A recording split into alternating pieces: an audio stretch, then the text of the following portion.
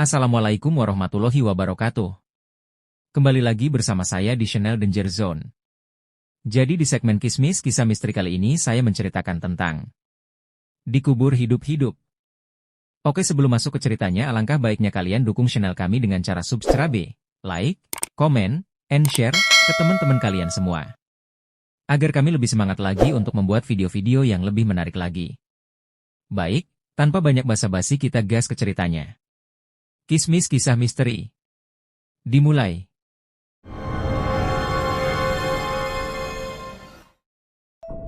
Karena hanya menggantungkan hidup sebagai petani, kehidupan Pak Tarno sangat pas-pasan. Apalagi dia tinggal di daerah yang tandus kawasan Balikpapan Utara. Seperti petani pada umumnya, Pak Tarno juga memelihara hewan peliharaan, meski hanya 5 ekor kambing. Kambingnya terdiri dari 4 betina dan 1 jantan. Begitu anak-anak kambingnya sudah sedikit besar, langsung ia jual ke pasar untuk membiayai kebutuhannya sehari-hari. Maka jumlah kambing yang menjadi sumber mata pencaharian itu tetap saja hanya 5 ekor. Sementara itu untuk memenuhi makan sehari-hari, Pak Tarno memanfaatkan hasil tegalannya. Seperti ubi, singkong, tales, lembong dan sebagainya. Di musim paceklik, sering terjadi pencurian hewan kambing di daerahnya. Karena kambing merupakan sumber penghasilan, kambing Pak Tarno pun dijaga amat ketat.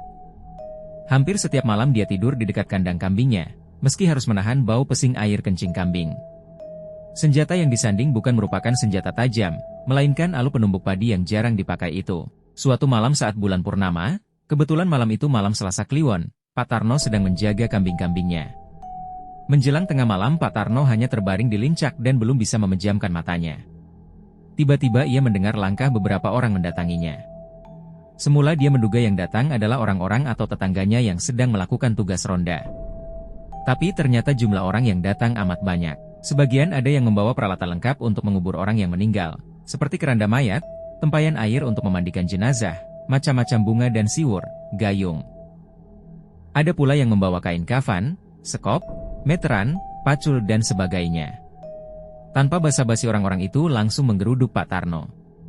Ada 4 orang tinggi besar memeganginya kuat-kuat, sehingga Pak Tarno tak bisa berkutik.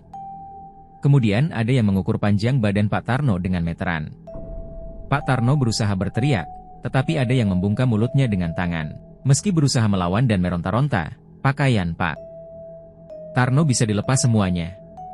Tidak tahu dari mana air diperoleh, tahu-tahu ada beberapa orang menyiraminya dengan air bunga yang diambil dari tempayan. Pak Tarno terheran-heran sebab meski belum meninggal, tapi orang-orang itu membungkusnya seperti jenazah.